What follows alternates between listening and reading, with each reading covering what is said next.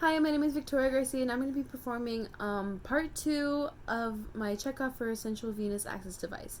So today, right now, I'm going to be taking a blood specimen from the CVAD.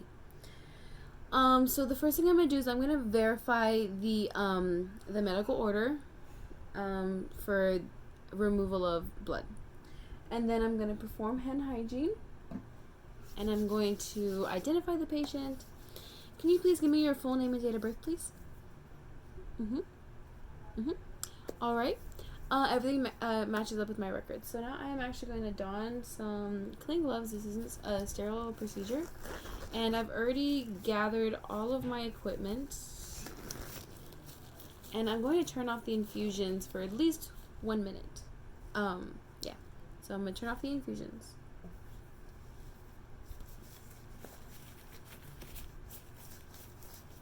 Okay.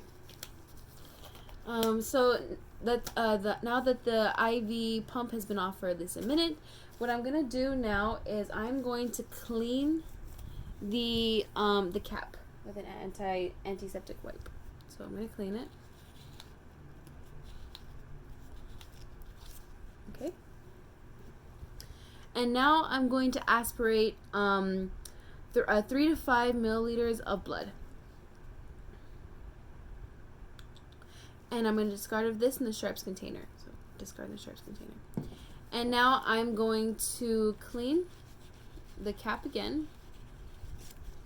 And now I'm going to aspirate for the blood sample or blood specimen. However many vials is indicated. Okay. So now that I got this, I am going to close. I'm going to label this, and I'm going to put it off into the side, put into the appropriate bag. Okay, now I am going to flush it with some sterile saline. Okay, so now that I flushed it with sterile saline, oh, I forgot to clean it again. So clean it, then flush with sterile saline. Okay. And then we're going to flush with the 10 milliliters of sterile saline. And then we're going to flush with 3 milliliters of heparin, or according to facility policy. So we're going to flush it with heparin now. And, oh no, it fell off. And we're going to clamp the tubing. Okay, that fell off. Let's pretend that didn't happen. Okay. Okay, I'm sorry. So I after I did the heparin, I clamped the tubing. Now we're gonna prime the caps and change the caps. With the other procedure, we would change all of them, but this one we're only changing the one that we used. So I would take off the cap. I would prime the new cap, and then I'd put the new cap on. Can you see? Okay. And now that I've done this, it keeps falling, sorry. I'm gonna assist the patient in a comfortable position, the lowest position. I'm gonna put the call bell next to him, and I'm going to remove my PPE, and I'm going to perform hand hygiene. Okay. So now that I've obtained a blood sample, now what I'm going to do is I'm going to remove, it's supposed to be in the CP, I believe it's a PICC device, but I have my device as a central venous line. So I'm going to be removing this one. So, of course, the first thing that I'm going to do is I'm going to verify the medical order to remove the device. So now that I've done that, I am going to I gather all of my equipment. I'm going to perform hand hygiene again, and I think I need a new pair of gloves. Yes, but where do I? Yeah, okay, here are my gloves. Hold on, they're holding my phone.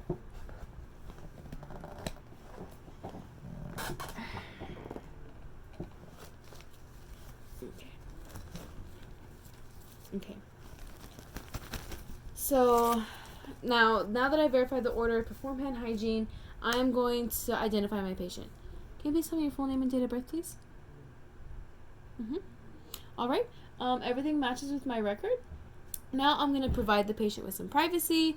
I am going to assist him to a supine position. When you remove it, you assist the patient to supine. I'm going to take this off because it fell off, so I won't be using that lumen. But you would assist the patient to a, I don't think you can see, to a, oh perfect, to a supine position. And you, if it was in the arm, you'd place it either at level with the heart or below level with the heart. So this right here is where my central venous access device is. So now what I'm going to do is I am going to don some gloves.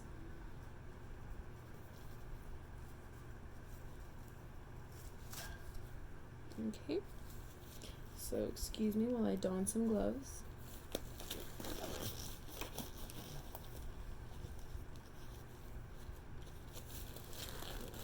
And then I'm going to remove his transparent dressing. Okay. Okay. So using my non-dominant hand, I am going to hold the catheter in place. And with my dominant hand, I'm going to peel up the edges of the gauze. I'm going to remove it. And I'm going to discard of it. And as well as the biofilm patch. Okay, so now that I've done that, if the patient had any sutures, I would have to cut the sutures with sterile scissors. Okay, so now that I need to remove the access device, what I'm going to do is I'm going to have the patient hold their breath. And then when they're holding their breath, I'm going to have them perform a Valsalva maneuver. And I would instruct the patient to do that. And then I would slowly, at the insertion site, I would, using my dominant hand, I would remove the catheter slowly. So, I hope I can, yeah, I can. Okay, good. So I would remove the catheter slowly, and I would apply sterile gauze for 1 minute. Minimum of 1 minute. This is to into homeostasis, I believe it's called, happens. So at least 1 minute minimum, but you can have it on there for more. So then once you've done this, then you can apply a petroleum jelly onto the site. So then after we've done this, we would measure the catheter and make sure that it's the same as it was documented when it was first inserted into the patient. So that is correct. It is the correct length. We're also checking the patency of the catheter. It looks good. It looks to be intact. And then I would dispose of it in either the red biohazard bag or according to facility policy. After I've done this, then I would remove my gloves. Make sure that the patient is in a comfortable position. Put the call bell next to the patient. I would put it to the lowest possible level, and I would pick up the side rails. I would perform hand hygiene